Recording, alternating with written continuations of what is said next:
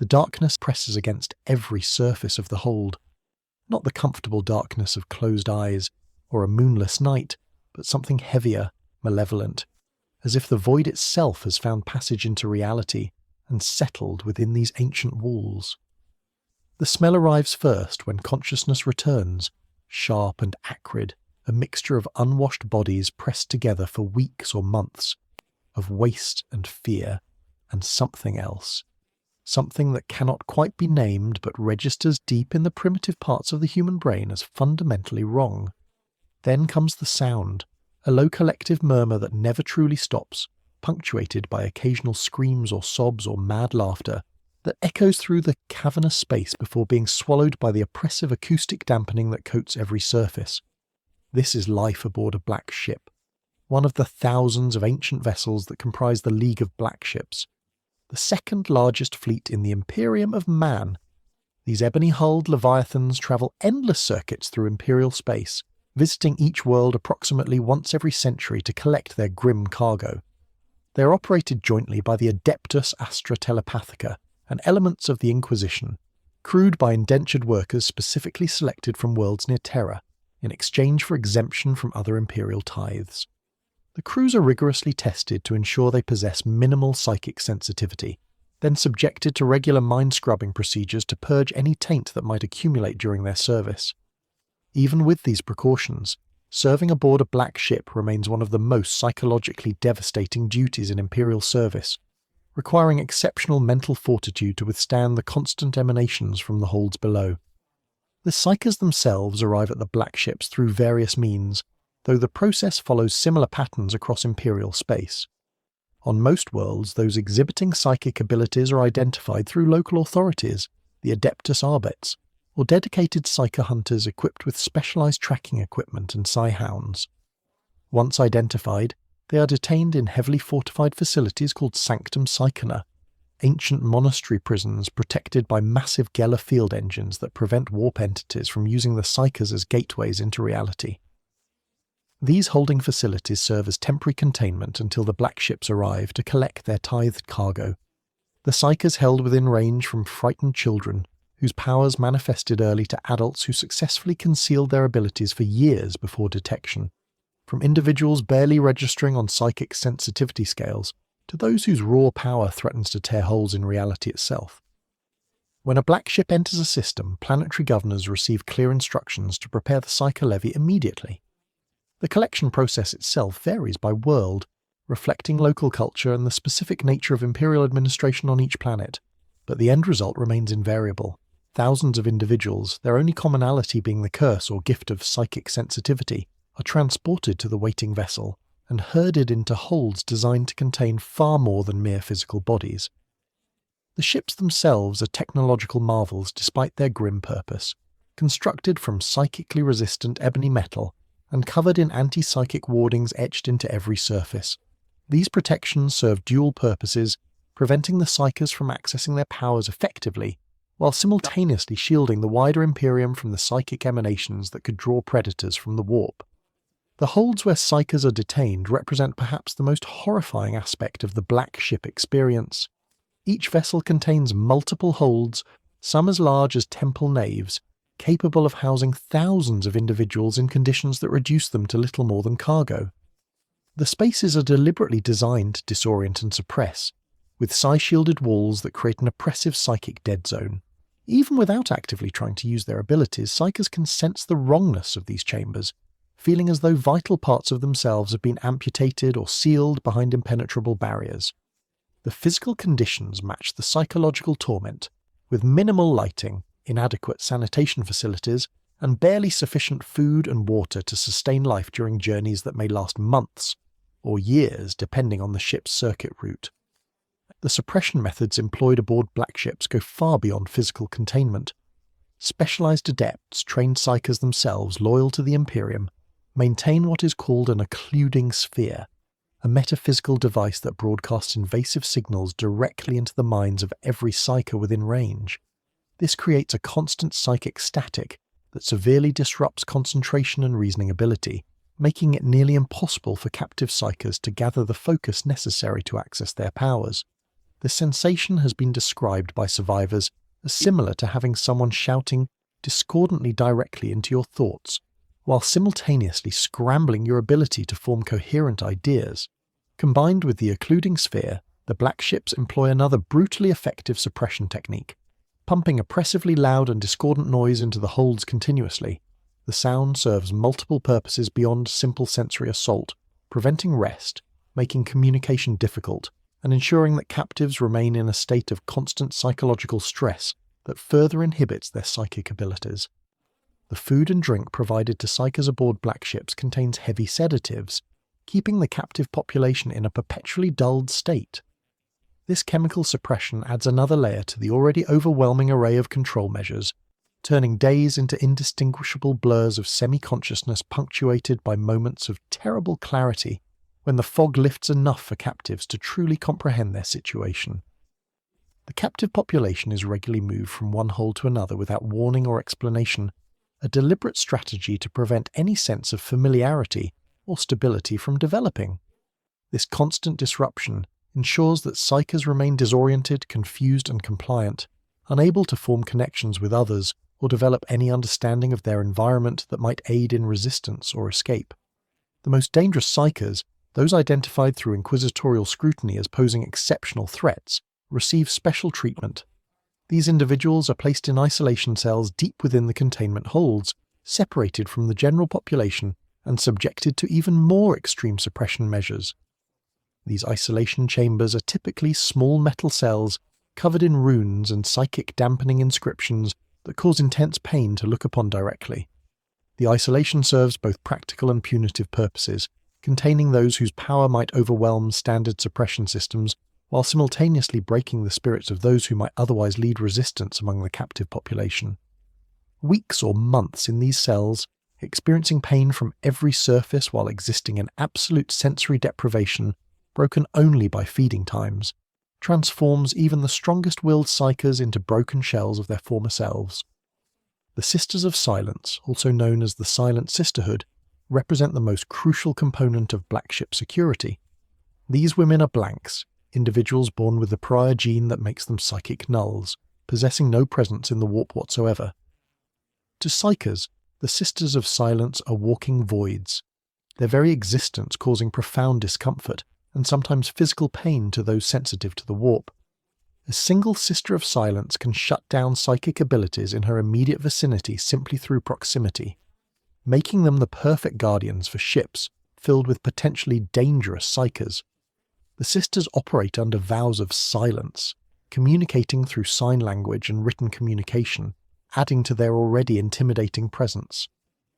During the Great Crusade, the Sisters operated the League of Black Ships directly, and while their organizational structure has changed over the millennia, they remain integral to black ship operations in the 41st millennium. The psychological impact on psychers trapped within black ship holds extends far beyond the immediate physical discomfort and suppression. These individuals project their fear, despair, and hopelessness telepathically, often without conscious intention, creating a feedback loop of suffering that permeates the entire vessel. This constant emanation of soul-numbing despair is so intense that even the crew, despite being selected for minimal psychic sensitivity and working in shielded areas of the ship far from the holds, experience significant psychological trauma. The effect on the psychers themselves, immersed directly in this collective anguish, is devastating. Many lose their sanity during transport, their minds fragmenting under the combined assault of suppression measures and the psychic white noise of thousands of other terrified, suffering individuals. Children represent a significant portion of most black ship cargoes.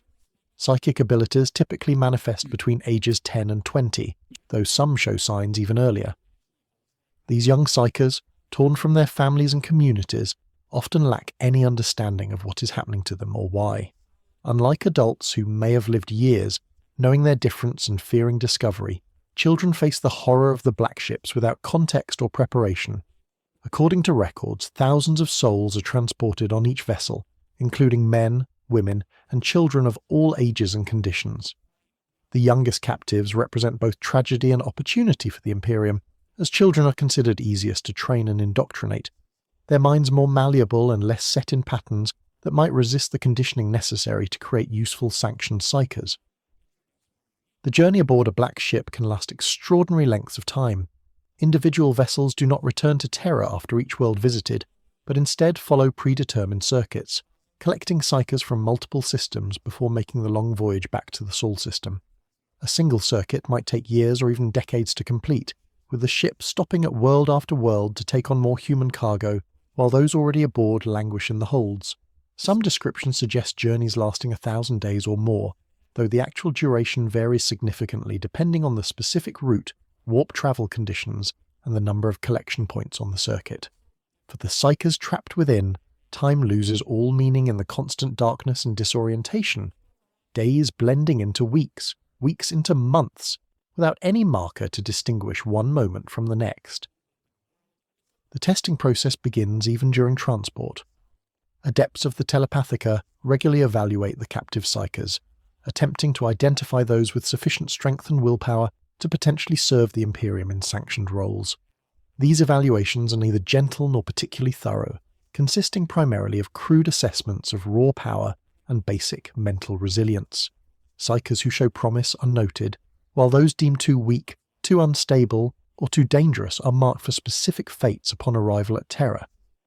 The Inquisition also plays a role during transport, with Inquisitors often travelling aboard black ships to investigate potential corruption, monitor the psychic cargo for signs of warp taint, and occasionally identify promising candidates for recruitment into inquisitorial service. This practice provides Inquisitors with valuable intelligence about psychic threats across their jurisdictions, while giving them first access to potentially useful assets. The mortality rate during black ship transport, while not officially recorded in accessible Imperial documents, is understood to be substantial. Some psychers die from the physical conditions, their bodies unable to sustain themselves on minimal rations in overcrowded, unsanitary holds. Others succumb to psychological collapse, their minds breaking under the constant assault of suppression measures and collective despair until biological functions simply cease. The most dangerous deaths come from psychers who, despite all suppression measures, manage to access their powers momentarily, either deliberately or through loss of control. These incidents can result in catastrophic consequences, from localized deaths as warp energy erupts uncontrolled through the individual, to more serious breaches where demonic entities find purchase in reality through the psycher's unshielded mind. While the multiple layers of protection aboard black ships are designed to prevent or contain such incidents, the sheer number of psychers transported means that dangerous events occur with sufficient regularity to keep crews in a constant state of vigilant tension. The worst memories of black ship captivity are typically erased after psychers prove themselves worthy of continued service. This mind-scrubbing serves multiple purposes, removing traumatic experiences that might interfere with training while simultaneously ensuring that detailed knowledge of black ship operations and conditions remains limited. However, the erasure is rarely complete, with fragments of memory and emotional trauma often persisting beneath the conscious level, manifesting as nightmares, irrational fears, or profound psychological scarring that sanctioned psychers carry throughout their lives. Those few who escape mind-scrubbing, either through inquisitorial recruitment or other unusual circumstances, retain the full horror of their experiences, memories that mark them permanently and shape their understanding of the Imperium's true nature. The relationship between black ship crews and their cargo exists in a state of carefully maintained emotional distance. Crew members, despite working in close proximity to thousands of suffering individuals, are trained and conditioned to view psychers as necessary but dangerous resources rather than people deserving of sympathy. This psychological barrier proves essential for crew mental health, as any significant emotional investment in the fate of captives would quickly become unbearable, given the conditions and outcomes of black ship transport. The indentured workers who comprise most crew positions are selected from worlds that maintain strong cultural fear or hatred of psychers, ensuring their natural inclinations support the necessary emotional detachment.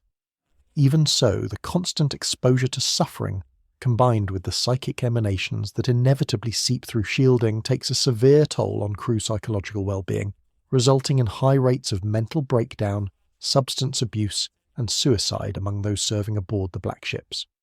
The Sisters of Silence experience the black ship environment differently from both psychers and normal crew.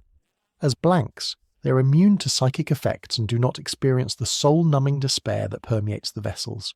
However, their very nature, which makes them ideal guardians, also isolates them profoundly. Normal humans experience deep discomfort around blanks, an instinctive revulsion that makes social interaction difficult even with those who intellectually understand and appreciate their importance. Psykers find Sisters of Silent presence actively painful, experiencing them as holes in reality that cause headaches, nausea, and profound spiritual wrongness. This isolation, combined with their vows of silence, means that sisters live in a state of profound disconnection, even while surrounded by thousands of beings.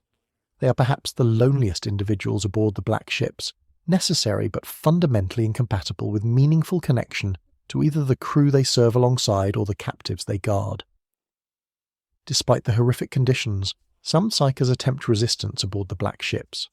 These efforts rarely succeed given the multiple layers of suppression and security, but desperation drives individuals to try nonetheless. Physical resistance is typically dealt with swiftly and brutally, with ship security forces equipped with specialized anti-psyker weaponry that can incapacitate or kill without risking warp contamination. More sophisticated attempts at psychic resistance, such as trying to coordinate with other captives to overwhelm suppression systems, are equally futile. The occluding sphere and other dampening measures make organized psychic action nearly impossible, while the Sisters of Silence can quickly respond to any location where psykers might gather the focus necessary for coordinated power use. The few recorded instances of successful resistance typically involved exceptionally powerful psykers who managed brief moments of access to their abilities, but these incidents invariably ended with the psyker's death and significant collateral damage to surrounding captives. The theological justification for black ship operations rests on fundamental imperial doctrine regarding psykers. These individuals, while potentially useful to the Imperium, represent one of the greatest threats to humanity's survival. Every psyker is a potential gateway through which warp entities might enter reality, their souls acting as beacons that draw demonic attention across the barrier between dimensions. An uncontrolled psyker experiencing possession can unleash catastrophic devastation, potentially opening stable warp rifts that allow demon legions to pour into real space. Historical examples of such incidents, where single psykers cause the deaths of millions or even the loss of entire worlds, are numerous enough to justify the Imperium's draconian approach to psychic individuals. From this perspective, the suffering inflicted aboard black ships represents a tragic but necessary measure to protect the large population from existential threats they cannot defend against through conventional means. The crews themselves, despite their conditioning and selection, are not immune to questioning the morality of their duties. Some records suggest that crew members wrestle with the implications of their work, particularly when dealing with child psykers whose only crime is being born different. However, the Imperium provides powerful ideological frameworks to justify these actions, emphasizing duty, the greater good, and the Emperor's will. Crew members are regularly reminded of the disasters that occur when psykers go uncontrolled, shown recordings or reports of demon incursions and the deaths they cause. This constant reinforcement, combined with the very real dangers psykers pose, helps maintain the psychological barriers necessary for crews to continue their work. Those who cannot maintain this perspective, who allow empathy to override their conditioning, typically do not last long aboard black ships, either requesting transfer, suffering mental breakdown, or in some cases, attempting to aid psykers in ways that result in their execution for treason or collaboration with dangerous individuals. The physical design of black ships reflects 10,000 years of accumulated experience in containing psychic threats. The ebony metal from which they are constructed possesses natural resistance to psychic manipulation, making the hull itself a barrier against warp intrusion. Every surface bears layers of inscriptions, some technological, others more esoteric, creating overlapping fields of psychic suppression. The architecture deliberately confuses and disorients, with holds designed to prevent clear sight lines that might allow captives to coordinate visually, and corridors that seem to shift and change, even though they are structurally static. This disorienting effect results from the interaction between human perception and the intense psychic dampening fields, creating subjective experiences of space that make navigation without guidance nearly impossible. The ship's internal systems are heavily redundant, designed to continue functioning even if significant portions are damaged or corrupted, a necessary feature given the catastrophic consequences of containment failure while carrying thousands of psychers through warp space. Warp transit represents the most dangerous period for black ships and their cargo. Despite the vessel's extensive protections, travelling through the immaterium while carrying thousands of psychers creates inherent risks. The collective psychic presence of the cargo draws attention from warp entities, and while the suppression measures prevent individual psychers from becoming possession vectors easily, the sheer concentration of vulnerable souls in one location makes black ships attractive targets. Geller fields maintained at maximum strength provide primary protection, creating a bubble of reality within the warp through which the ship travels. However, these fields require enormous power and constant maintenance, and any momentary fluctuation could prove catastrophic. The navigators who guide black ships through warp space must be exceptional, capable of maintaining focus while experiencing the psychic weight of thousands of suppressed psychers and the constant attention of warp predators drawn to such concentrated prey. The navigator houses of Granicus, Macpherson and Ptolemy work exclusively for the Astra Telepathica, their members specially trained to handle the unique challenges of piloting black ships. The arrival at Terra marks the end of one nightmare and the beginning of another. After journeys that can span months or years, the black ships finally complete their circuits and return to the Sol system, entering orbit around humanity's ancient cradle world. For the psychers who have survived the voyage, many barely conscious from sedation and psychic suppression, the transition from ship to planetary surface offers no relief. They are herded from the cavernous holds into shuttles, their legs weak from confinement, their minds still clouded by the occluding sphere's invasive signals. The first glimpse many have of Terra is through reinforced viewports as they descend toward the sprawling continent-sized complex of the Imperial Palace, a structure so vast it has replaced entire mountain ranges, its spires reaching into the thin atmosphere like the fingers of some slumbering titan. The processing begins immediately upon landing. Tens of thousands of psychers arrive at Terra daily from multiple black ships, each vessel disgorging its human cargo into reception facilities designed to handle such massive influxes. The scale is almost incomprehensible, a logistical undertaking that rivals military campaigns in its complexity. Each psyker must be catalogued, their power level assessed, their psychological state evaluated, and their ultimate fate determined based on criteria that have evolved over 10 millennia of grim necessity. The Adeptus Astra Telepathica maintains vast administrative apparatuses solely to manage this constant stream of human potential and human waste, sorting souls with the same bureaucratic efficiency applied to any imperial imperial resource. The Scholastica Psychana, the training division of the Adeptus Astra Telepathica, occupies portions of the Imperial Palace complex in what was once called the City of Sight. This vast institution, ancient beyond reckoning, serves as the primary sorting and training facility for psychers deemed potentially useful to the Imperium. Initial evaluations divide the newly arrived psychers into categories based on raw power, psychological stability, age, and willingness to learn. The youngest psychers are given priority consideration for training, as their minds prove most malleable to the conditioning and indoctrination required to create reliable servants of the Emperor. Children torn from their families years earlier, who have spent their formative years in black ship holds, arrive already partially broken, their spirits eroded by trauma until submission seems preferable to continued resistance. The testing process itself represents another layer of horror piled atop the already substantial trauma of capture and transport. Adepts of the Telepathica, themselves sanctioned psychers who have survived this very process in previous years, conduct examinations designed to probe not just psychic strength, but fundamental character.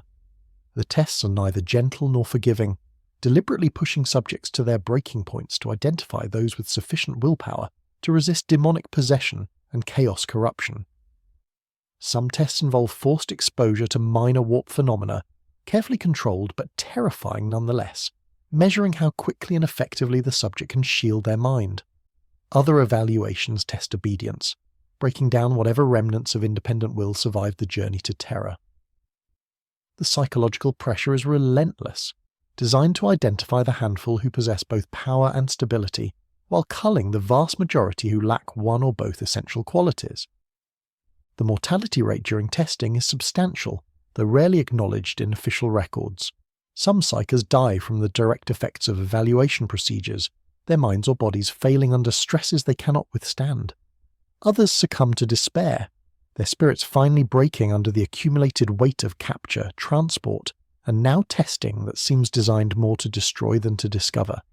A few, pushed beyond their limits by the examinations, lose control of their powers in catastrophic ways, becoming briefly possessed by warp entities before being destroyed by the Sisters of Silence or other security forces standing ready for precisely such incidents.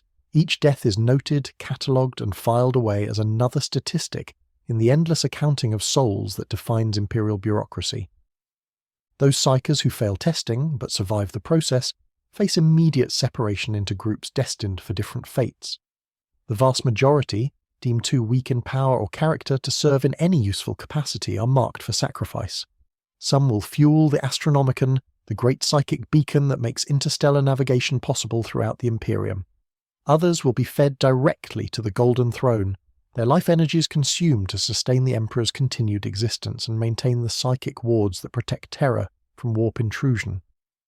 Both destinations represent death, though the nature and speed of that death differ significantly between them.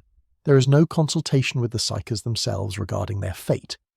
They are resources to be allocated efficiently, nothing more. The Astronomicon represents perhaps the most tragic destiny for failed psychers, though some might argue it offers certain dignities denied to those sent to the Golden Throne.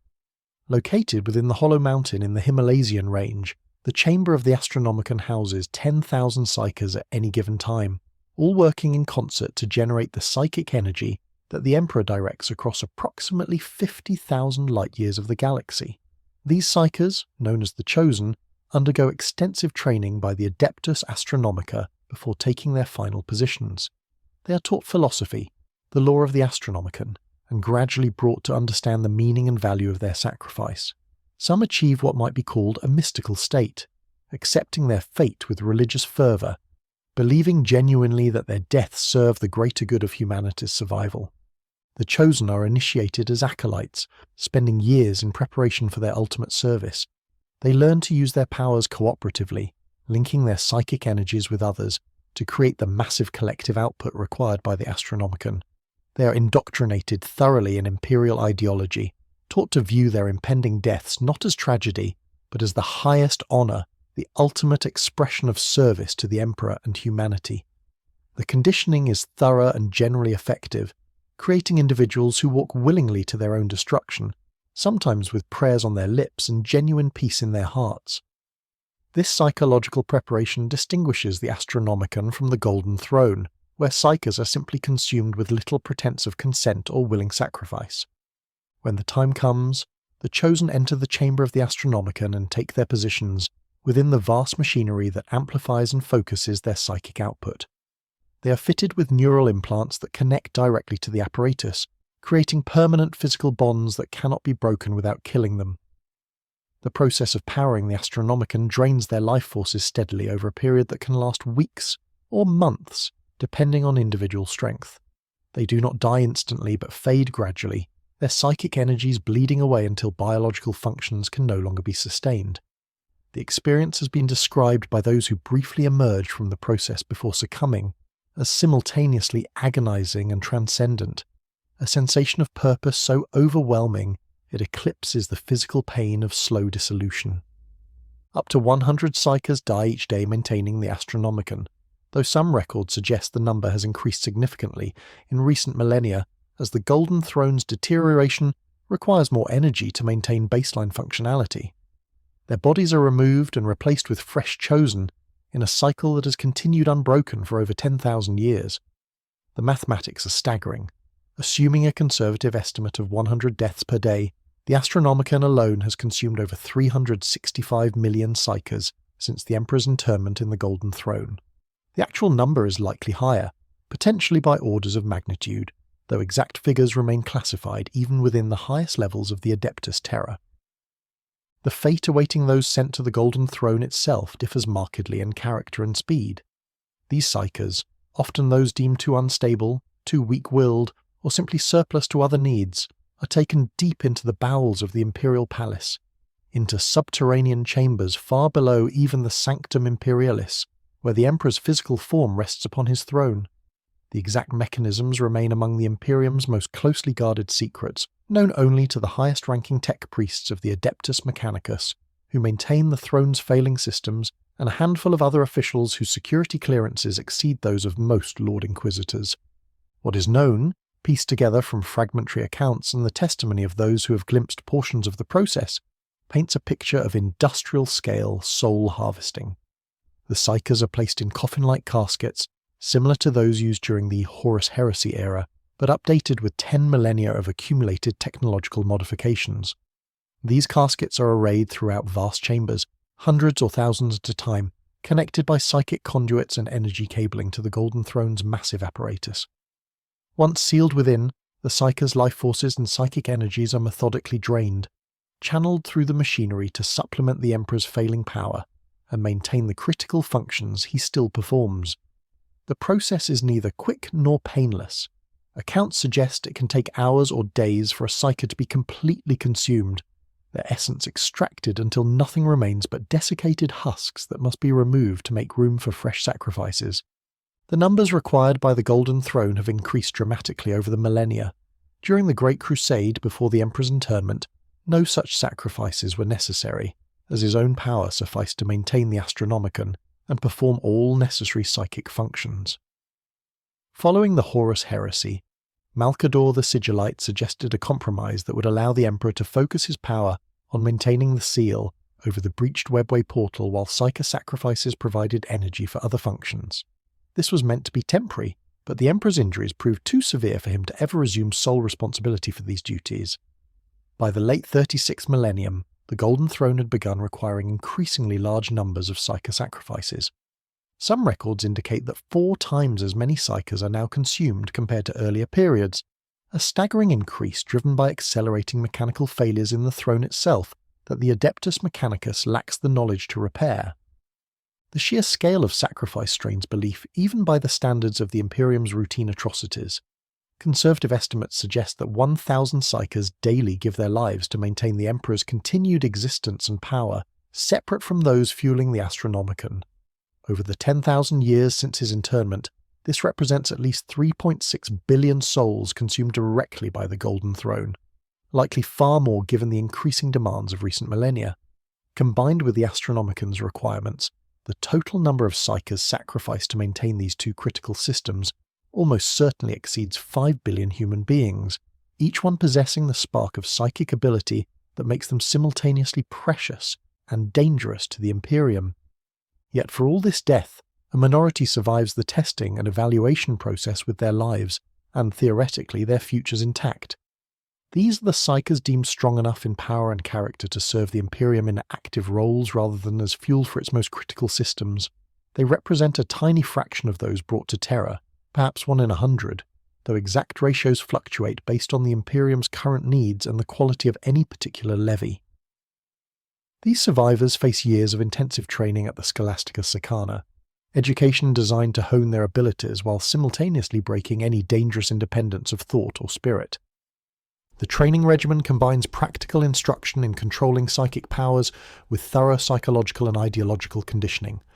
Psykers learn the disciplines required to access their abilities safely, techniques for shielding their minds from warp predators, and methods for channeling power through approved Imperial frameworks.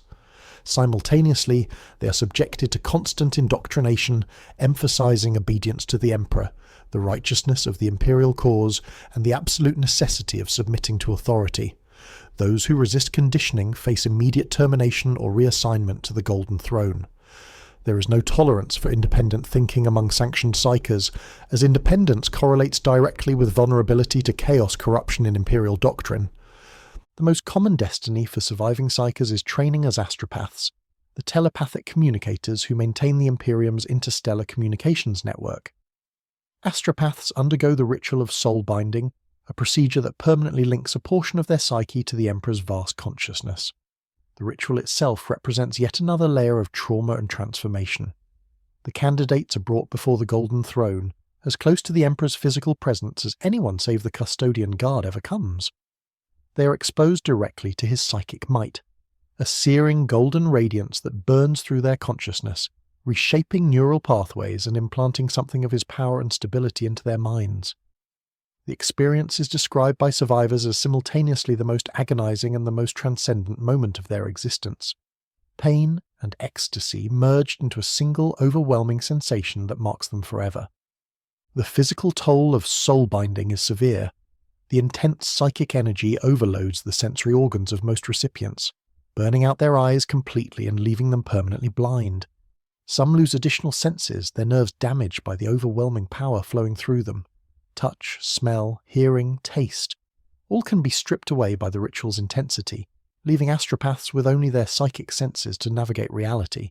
Yet paradoxically, their psychic abilities are greatly enhanced by the soul binding, strengthened by their connection to the Emperor's power, and stabilized by the fragment of his will now resident in their minds. They become capable of transmitting telepathic messages across interstellar distances, perceiving the Astronomicon clearly through the chaos of the warp, and resisting demonic corruption far more effectively than unsanctioned psychers. Not all psychers undergoing training become astropaths. A smaller number, those showing particular strength and aptitude for direct psychic combat or specialized applications, are trained as Primaris psychers for service with the Astra Militarum or other imperial institutions. These individuals receive 5 years of basic training at the Scholastica Psychana before being assigned for further specialized instruction depending on their specific abilities and the needs of the organizations requesting them. Some develop skills in pyromancy, becoming living weapons capable of incinerating enemies with thought alone. Others specialize in telepathy short of the astropathic level, serving as interrogators or psychic scouts. A few demonstrate talents in biomancy, able to enhance physical capabilities or heal injuries through direct manipulation of biological processes. The Inquisition maintains close relationships with the Scholastica Psychana, regularly selecting promising psychers for recruitment into inquisitorial service.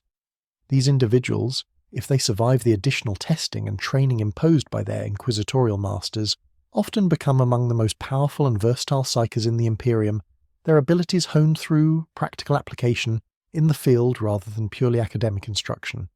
Some Astartes chapters also recruit from the Scholastica Psychana, selecting candidates for transformation into Space Marine librarians, though chapters often prefer to identify psychically gifted recruits before they reach Terra, training them according to their own traditions rather than Imperial standard protocols. Even after successful training and sanctioning, psychers never fully escape suspicion and surveillance. They remain fundamentally dangerous. Their powers a constant reminder of humanity's vulnerability to warp predation. Sanctioned psychers are watched constantly by commissars, inquisitors, or other authority figures ready to execute them at the first sign of corruption or loss of control. They are addressed by derogatory slang terms like freak, brain, witch, or bolt magnet, casual cruelty that reinforces their status as necessary evils rather than valued servants. Fellow sanctioned psychers often refer to each other as siblings, acknowledging the shared trauma of their black ship experiences and subsequent training. But this fraternity exists in the shadows, never openly acknowledged or celebrated. The psychological impact of the entire process, from initial identification through black ship transport to testing and either death or training, creates profound and lasting damage in even the most stable survivors. These individuals have been torn from their homes, subjected to months or years of deliberate psychological and physical torture, tested to their breaking points, and then either consumed as fuel or transformed into weapons through additional years of brutal conditioning. Many develop what might clinically be termed post-traumatic stress disorders, though such diagnoses are rarely made in the Imperium where psychological suffering is simply expected as part of service. Nightmares, anxiety, difficulty forming emotional connections, hypervigilance, all are common among sanctioned psychers, side effects of their transformation that are tolerated as long as they don't interfere with duty performance. The efficiency of the system, viewed purely from the Imperium's perspective, cannot be disputed. Every standard year, millions of psychers are identified, transported to Terra, evaluated, and allocated to their optimal use cases. Those with the strength to serve do so. Those lacking such strength provide their energy to maintain the two systems upon which the entire Imperium depends. Virtually nothing is wasted. The human cost, measured in suffering and destroyed lives, is accepted as necessary for humanity's continued survival in a hostile galaxy where psychic ability represents both essential advantage and existential threat. The black ships will continue their eternal circuits, the holds will continue filling with terrified captives. Terra will continue receiving its daily deliveries of human potential to be sorted, trained, or consumed according to the Imperium's insatiable needs. Some philosophical observers within the Imperium, typically those with sufficient authority to voice such thoughts without immediate execution, occasionally question whether the system itself has become counterproductive. By treating psychers with such brutality, the argument goes, the Imperium drives many toward chaos who might otherwise have remained loyal.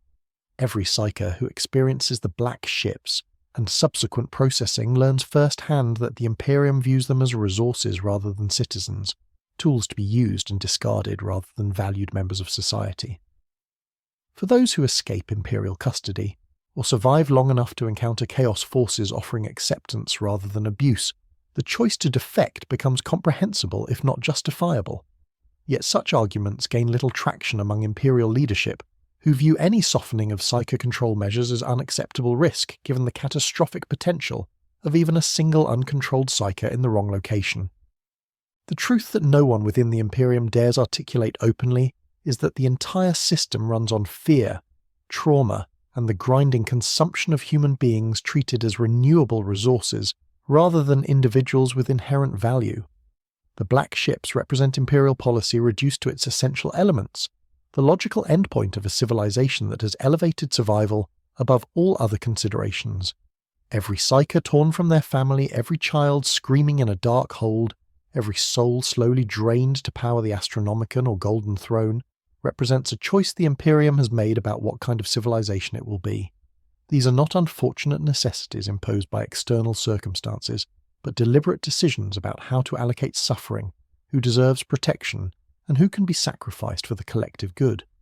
For the individual psyker trapped aboard a black ship or awaiting their turn in the processing facilities of Terra, such philosophical considerations mean nothing.